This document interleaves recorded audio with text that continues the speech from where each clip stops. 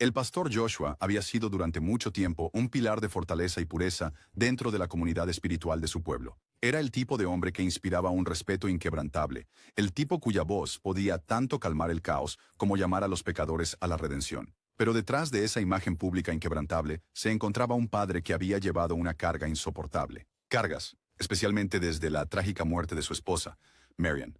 Su fallecimiento lo dejó a cargo de criar a su única hija, Jennifer, solo, un esfuerzo al que se dedicó con todo su ser. Jennifer era la luz en la vida de Joshua, por lo demás, tranquila y de luto.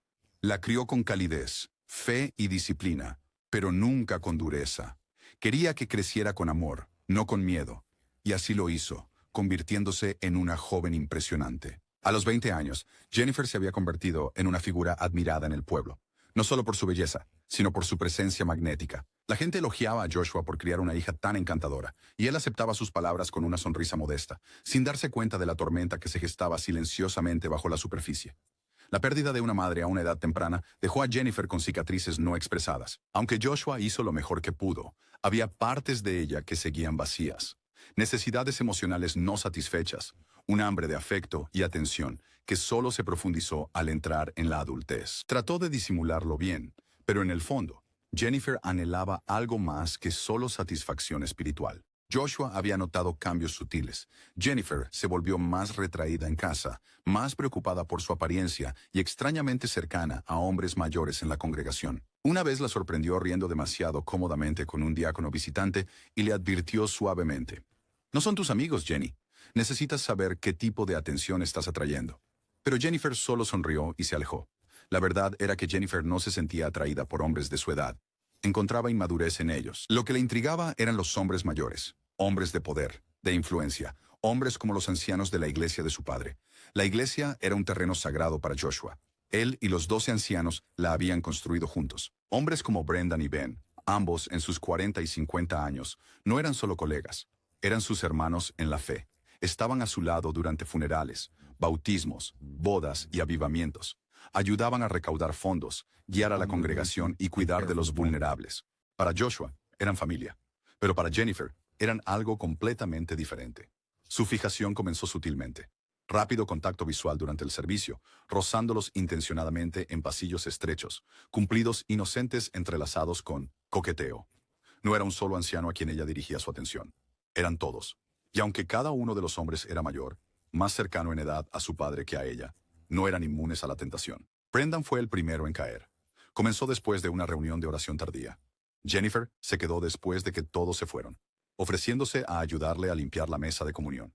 En esa sala vacía, con la luz de las velas parpadeando y el aire cargado de silencio, la seducción de Jennifer fue deliberada y devastadoramente efectiva. Después de Brendan vino Ben, luego Mark y luego otros. Uno por uno, los ancianos cruzaron una línea que ninguna escritura podía justificar. Las aventuras fueron discretas, mantenidas detrás de las puertas de los moteles y en rincones sombríos.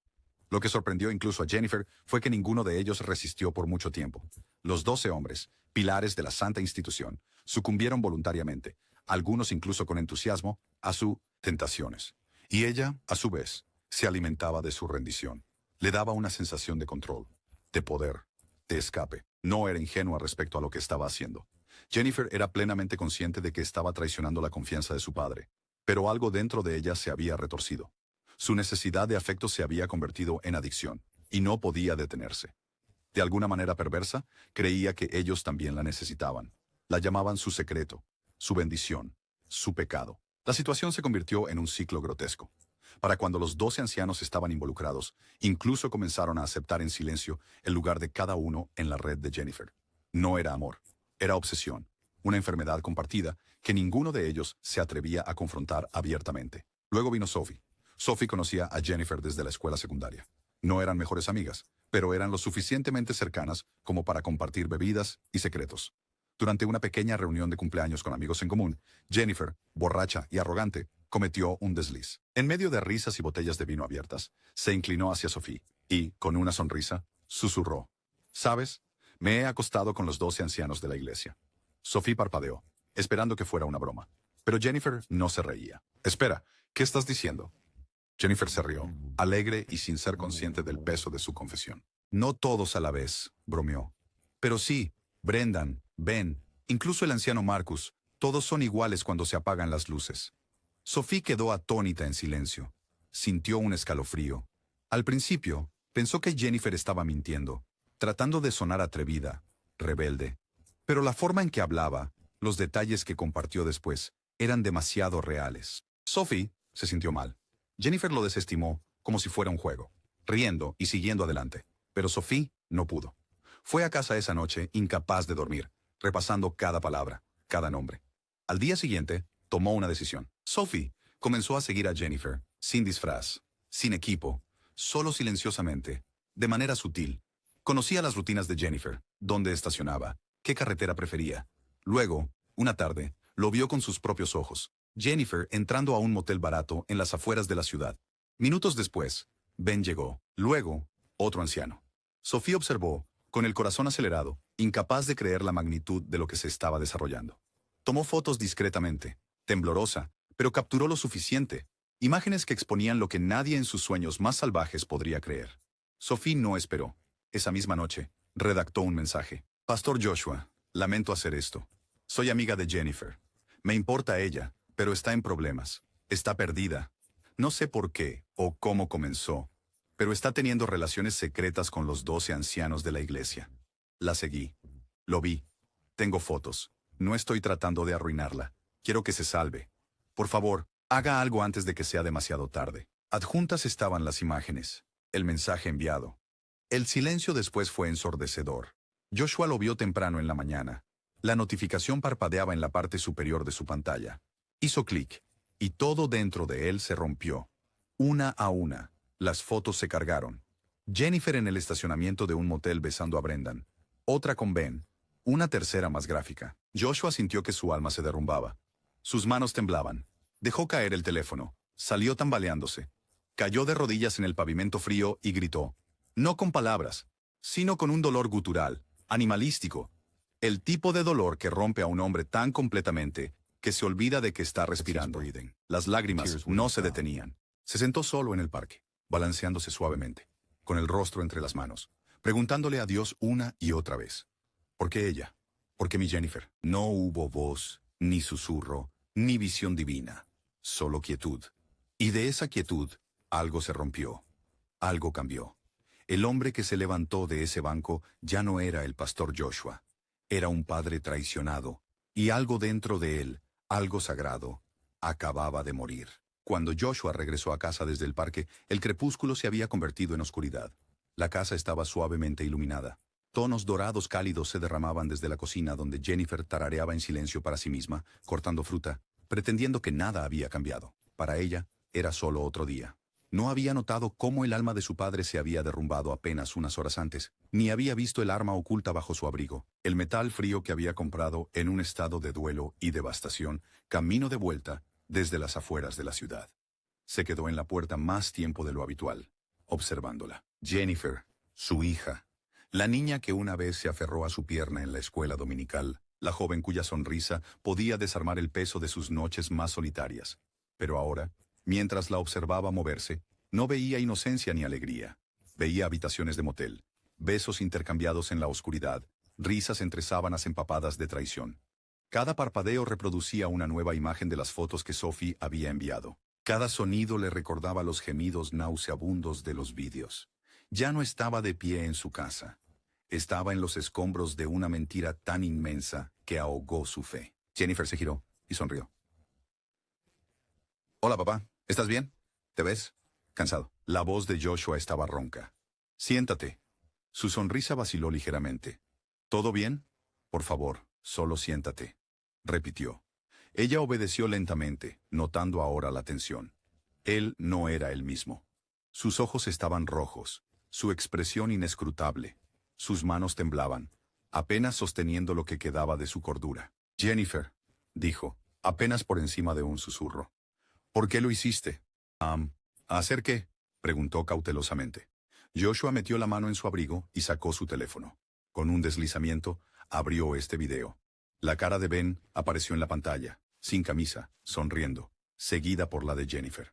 Los dos se abrazaron fuera de una habitación de motel barato. Los gemidos comenzaron segundos después. Jennifer se paralizó. Sus manos se aferraron al borde de la mesa. Sus labios se entreabrieron, pero no salieron palabras. Por un momento, la habitación quedó en silencio. Tan silenciosa que el leve tic-tac del reloj de pared se volvió ensordecedor. Joshua levantó la vista. Sus ojos estaban vidriosos de devastación. Cometiste una abominación con ellos. Con todos ellos. Papá, susurró. Yo no quería que esto sucediera. Él golpeó el teléfono en la mesa. 12 ancianos, Jennifer. Ni uno, ni dos. 12. ¿Sabes lo que has hecho? Lo que has destruido. Las lágrimas empezaron a rodar por sus mejillas mientras su compostura se rompía. No quise hacerle daño a nadie. No, papá, por favor. Confiaba en ellos. Confiaba en ti, gruñó Joshua. Su voz se quebró a mitad de la frase y se alejó, dando vueltas. Cada domingo me paraba junto a esos hombres. Rezaba con ellos. Sostenía a sus hijos durante los bautismos. Eran familia para mí. Su voz se desvaneció en un sollozo. Jennifer se levantó, temblando. Estaba rota, papá. No me sentía amada. Solo... no sé qué me pasó. ¿No te sientes amada?, repitió, girándose abruptamente. Te di toda mi vida. Todo lo que tenía. Lo sacrifiqué todo para criarte. Y esto... ¿así es como me lo pagas? Ella se derrumbó de rodillas. Por favor, papá. Por favor, perdóname. Nunca lo volveré a hacer. Me iré de la ciudad. Iré a terapia. Confesaré públicamente si tengo que hacerlo. Joshua la miró como si fuera una desconocida. Te veo, susurró. Y todo lo que puedo imaginar son ellos. Sus manos sobre ti. Sus bocas. Sus mentiras. Tus mentiras. Jennifer extendió la mano, agarrando el pantalón de él, sollozando. Te lo suplico, por favor. He cometido errores, pero sigo siendo tu hija. Joshua retrocedió suavemente de su agarre. Lo eras, susurró. Ya no más. Luego, sin decir otra palabra, se dio la vuelta y metió la mano en el abrigo que aún colgaba junto a la puerta. Jennifer no lo notó de inmediato. Su rostro estaba enterrado en sus palmas, pero lo escuchó. Un clic metálico. Cuando levantó la vista, lo vio sosteniendo el arma. Sus manos ya no temblaban. Sus ojos estaban secos ahora, fríos, vacíos. Ella retrocedió, horrorizada. Papá, número por favor. Él levantó la pistola. Te has convertido en algo que no reconozco. Papá, me entregaré, lloró ella. Confesaré ante toda la iglesia. Podemos hablar con alguien. Por favor, déjame arreglar esto. No puedes arreglarlo, dijo, con voz baja y escalofriantemente calmada. Porque veo ese motel cada vez que parpadeo. Escucho tu voz en esos videos cada vez que trato de orar. Arruinaste todo. ¡Por favor!, ella gritó, corriendo hacia el pasillo. Pero él fue más rápido. Un solo disparo resonó. Ella cayó de cara al suelo de madera. Su cuerpo se retorcía, ahogándose al respirar. Su boca temblaba mientras la sangre fluía de su costado. Ella extendió una mano débil hacia él. Lo siento. Las rodillas de Joshua se doblaron mientras la observaba luchar. Se dejó caer al suelo junto a ella, sosteniendo su mano mientras sus ojos comenzaban a apagarse. ¿Por qué, Jennifer? ¿Por qué dejaste que el diablo entrara en nuestra casa? Ella no respondió. Su boca se movió, pero no salió ningún sonido. Su cuerpo se volvió flácido. Él la sostuvo durante minutos, tal vez horas. Lloró más fuerte de lo que había llorado en toda su vida. El peso de todo le cayó de golpe. Su hija se había ido, pero la fuente de la corrupción, no. El veneno todavía vivía. Aún caminaba por ahí vistiendo trajes y pretendiendo ser santo. Había visto a los hombres hablarle con sonrisas, mientras traicionaban todo lo que él representaba. Todo por lo que vivía. No más. Joshua colocó suavemente su cuerpo en el sofá, besó su frente y se levantó.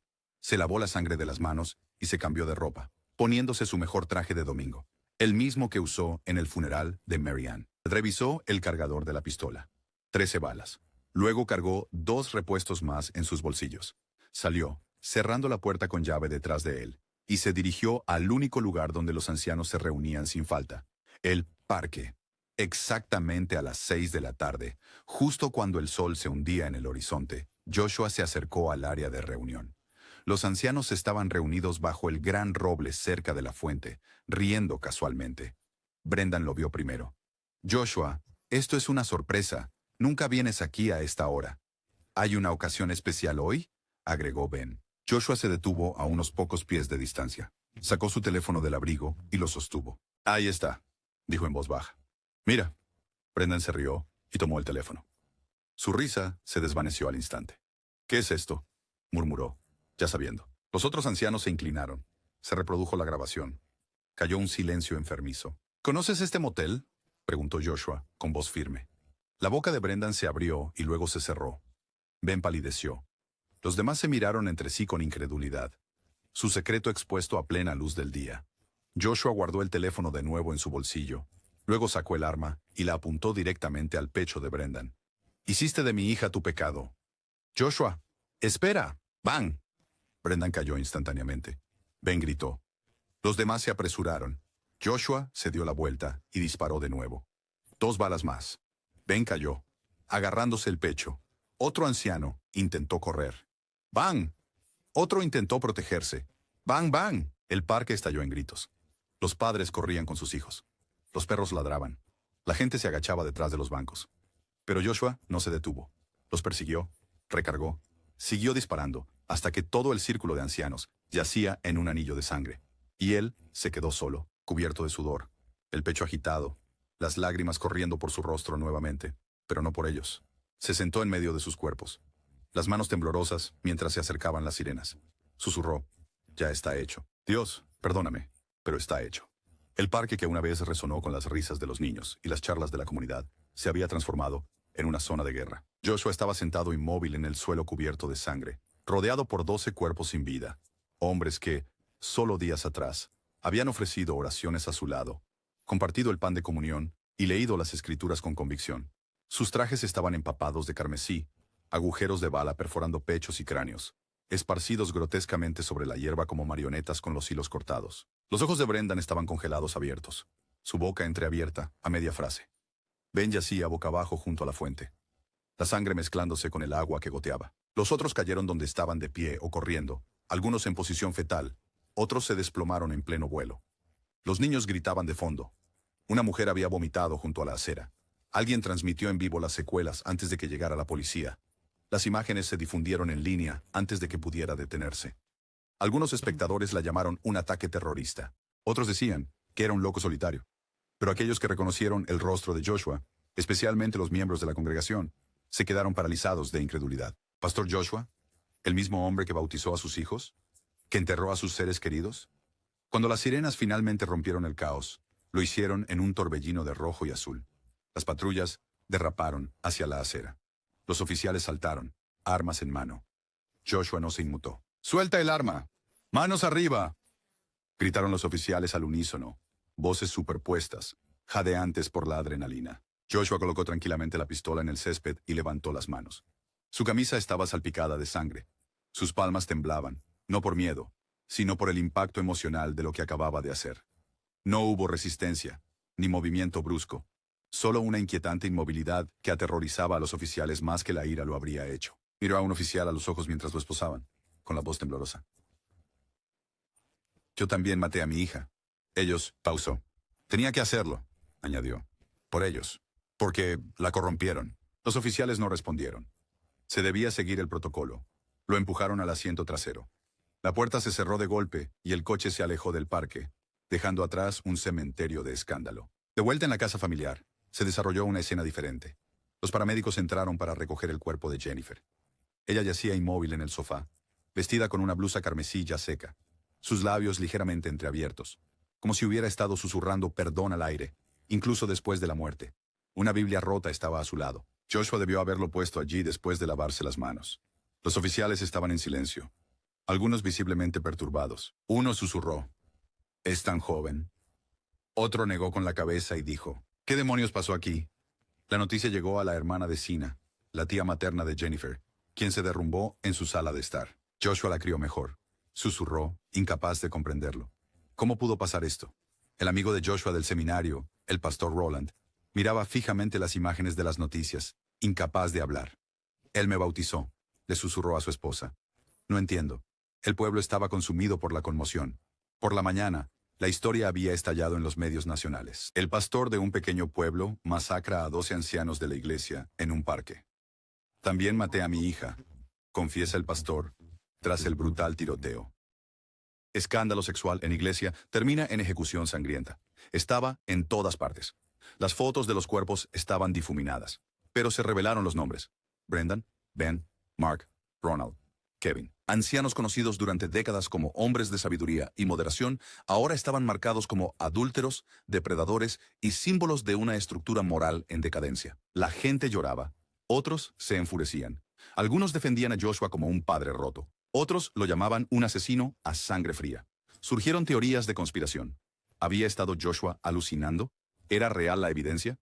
¿Había seducido Jennifer a ellos o era una víctima? La comunidad se dividió violentamente por la mitad.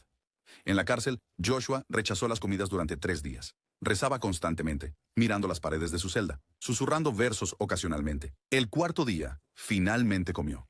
Cuando le preguntaron, habló con calma y entregó su teléfono con cada video, cada mensaje, cada imagen que Sophie había enviado. Aquí encontrarás toda la verdad, dijo. No quiero ocultar ni un solo fotograma. Los investigadores estaban conmocionados. Revisaron las imágenes.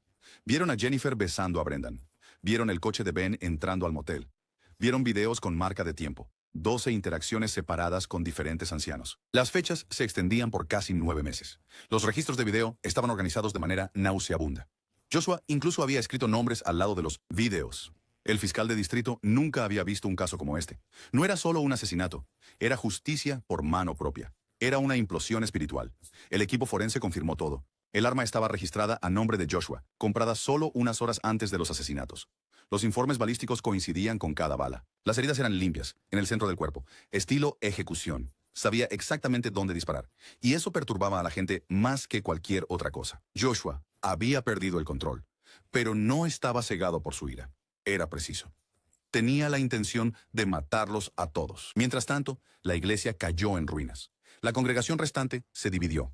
Algunos abandonaron el edificio por completo, avergonzados por los escándalos ahora vinculados a su nombre. Otros exigieron un renacimiento, diciendo que la verdad debe salir a la luz. Personas que una vez rezaron juntas, ahora se gritaban entre sí en hilos de Facebook, debatiendo si Joshua era un héroe, un lunático o ambos. Al funeral de Jennifer asistieron solo unos pocos. Su cuerpo fue enterrado junto al de su madre.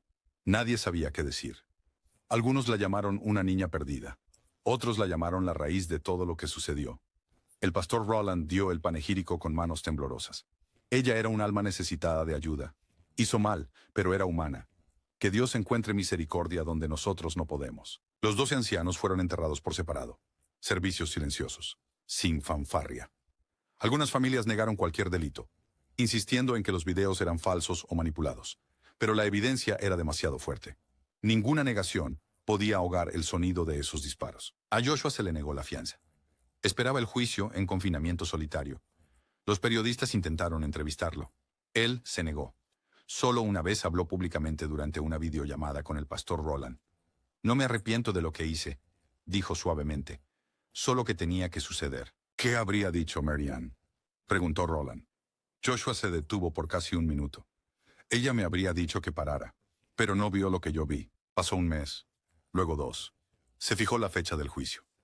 El público estaba preparado. La sala de audiencias estaría llena. El juez sería neutral, pero en su interior todos llevaban su propio veredicto. Algunos creían que Joshua era un hombre justo llevado a la locura. Otros creían que era un asesino que usó la fe para justificar una masacre. Pero todos coincidían en una cosa. La ciudad nunca sería la misma otra vez. El tribunal es el primer día de... Estado contra. Joshua Samuel Carter estaba rebosante de cuerpos y tensión. Los bancos estaban llenos de habitantes del pueblo. Algunos con lágrimas en el rostro. Otros enfurecidos. Y algunos sin saber por qué habían venido.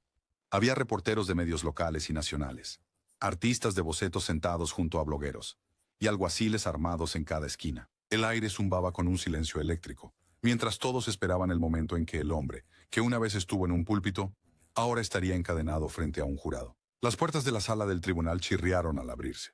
Joshua entró lentamente, con grilletes en muñecas y tobillos, vestido con un uniforme gris simple de prisión. Su barba era ahora más larga, más gris. Sus ojos estaban hundidos, pero seguían extrañamente enfocados. No escaneó la multitud ni reconoció las cámaras. Caminó directamente a su asiento junto a su abogado defensor designado por el tribunal, puso sus manos sobre la mesa y agachó la cabeza en silencio mientras el juez llamaba al orden en la corte. El fiscal, el asistente del fiscal del distrito Monroe, un hombre bien vestido de unos 40 años, comenzó con una voz fría y clínica. Este no es el juicio de un hombre roto. Este no es el caso de un momento temporal de juicio erróneo. Este es una masacre metódica cometida por alguien que decidió ser juez, jurado y verdugo. El pastor Joshua Carter mató a 13 personas a sangre fría, incluida su propia hija. Estamos aquí para asegurar que la justicia no lleve la máscara de la rectitud. Había murmullos en la sala del tribunal, susurros entre los antiguos miembros de la congregación. Algunos asintieron, otros se sentaron con rostro imperturbable. Monroe continuó, detallando la cronología de los asesinatos con precisión quirúrgica. La compra del arma de fuego, los registros de viaje, las coincidencias balísticas, las imágenes de vigilancia del motel, la evidencia de video extraída del teléfono de Joshua. Cada pieza estaba apilada como una pirámide de horror, una prueba innegable tras otra. Cuando llegó el momento de responder para la defensa, la abogada de Joshua, Helen Riker, una abogada defensora envejecida pero astuta, avanzó lentamente. Ella no negó los asesinatos. No intentó presentar a Joshua como inocente. Dijo solo una cosa. Esta es la historia de un hombre traicionado, no solo por las personas en las que confiaba, sino por el mismo sistema de fe que ayudó a construir. No es una defensa, no es una justificación. Pero antes de emitir un juicio, necesitas entender todo el peso de la devastación que rompió él. Y con eso, la defensa comenzó a llamar testigos, no para un coartada, no por una tecnicidad, sino para brindar contexto. Sophie fue la primera testigo principal. Se puso de pie, visiblemente nerviosa, apretando las manos con fuerza. La sala se inclinó hacia adelante con anticipación colectiva. Yo era amiga de Jennifer, comenzó suavemente. Ya no éramos muy cercanas, pero nos conocíamos desde la escuela secundaria. Yo no sabía que ella estaba involucrada con tantos de los mayores hasta esa noche que me lo dijo. Estaba borracha. Se rió cuando lo dijo. Pensé que estaba bromeando. ¿Qué te hizo pensar que era real?, preguntó Riker. La forma en que habló después. Dio nombres. Mencionó cosas que no podría haber inventado. Me sentí enfermo. No sabía qué hacer. Así que la seguí. Y lo vi. La vi entrar al motel y los vi seguirla. Tomé fotos. Se las envié a su padre porque pensé que él podría salvarla. ¿Creíste que Jennifer fue manipulada? Creo que estaba rota. Ansiaba atención, pero no creo que los ancianos intentaran detenerlo. Creo que eran igual de culpables, tal vez incluso más. Durante el contrainterrogatorio, Ida Monroe intentó socavar el testimonio de Sophie. Pero ella era adulta, ¿no? Sí, dijo Sophie con firmeza. Y ellos también lo eran. Hombres adultos, mentores, líderes. Ellos sabían mejor. Esa frase se quedó grabada en muchos miembros del jurado. Luego vino la detective Lisa Harrington, la investigadora principal del caso. Explicó al jurado las pruebas con un tono inquebrantable. Admitió que todo coincidía. Cada video e imagen, cada confesión que dio Joshua, había sido sincero desde el momento del arresto. Esto no fue alguien tratando de escapar, dijo al tribunal. Él nos dio todo sin dudar. Dijo que no quería mentir en un tribunal como ellos mintieron en la iglesia. Cuando le preguntaron si pensaba que Joshua estaba mentalmente inestable, hizo una pausa. Estaba emocionado, destrozado, pero no loco. Sabía exactamente lo que estaba haciendo. El momento más difícil llegó cuando el tribunal permitió que se reprodujera el video del teléfono de Joshua, difuminado para la galería, pero visible para el jurado.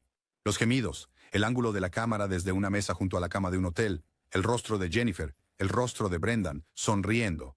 La sala del tribunal estaba en un silencio horrorizado. La hermana de Sina sollozaba sin control. Un miembro del jurado se tapó la boca.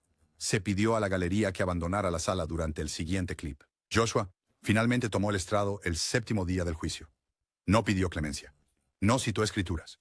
Simplemente contó la historia desde el momento en que vio el mensaje de Sophie, hasta el parque, hasta sostener la mano sangrante de Jennifer. Perdí a mi esposa demasiado pronto. Jennifer era mi razón para vivir. Le enseñé a rezar antes de que pudiera caminar. Y ellos, los hombres en quienes confiaba, la convirtieron en algo irreconocible. Podrías haber llamado a la policía, interrumpió Monroe. ¿Y qué haría eso?, respondió Joshua, tranquilo pero firme. No puedes arrestar a alguien por pecar. La iglesia no se investiga a sí misma. Ocultamos cosas. Eso es lo que hacen las iglesias. No solo maté a hombres, maté la enfermedad dentro de ellos. ¿Y tu hija?, dijo Monroe fríamente. ¿Era ella también la enfermedad? La voz de Joshua se quebró. No. No, ella fue la víctima y el error, y la amé hasta su último aliento. Esa línea silenció incluso a Monroe. Después de 12 días, se hicieron los argumentos finales.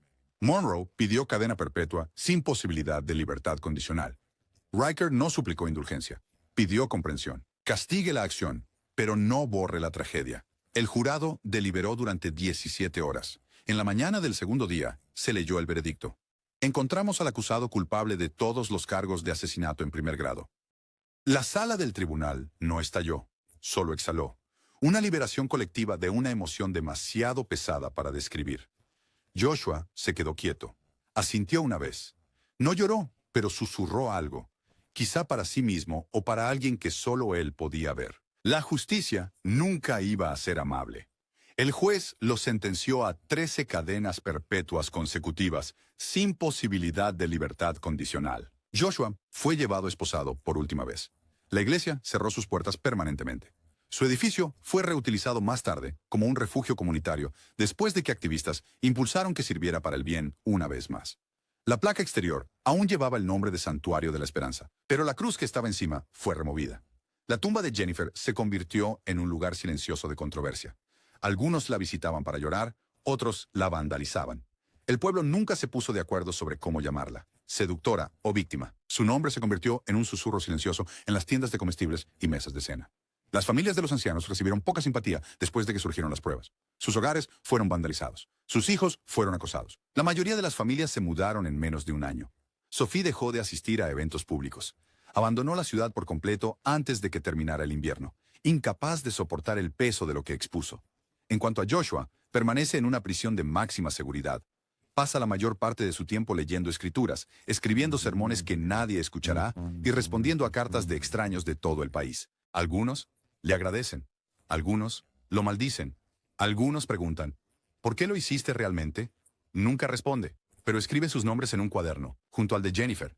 Y cada domingo, en su fría celda de prisión, se arrodilla en el suelo de concreto y susurra las mismas palabras: la amé, la perdí, y nunca podría perderla de nuevo. Luego mira la pared hasta que se apagan las luces de la celda, mientras el silencio cae una vez más sobre el único hombre que quemó su propia iglesia hasta los cimientos por lo que creía que era un acto final de fe. La historia del pastor Joshua Carter no es solo una de asesinato.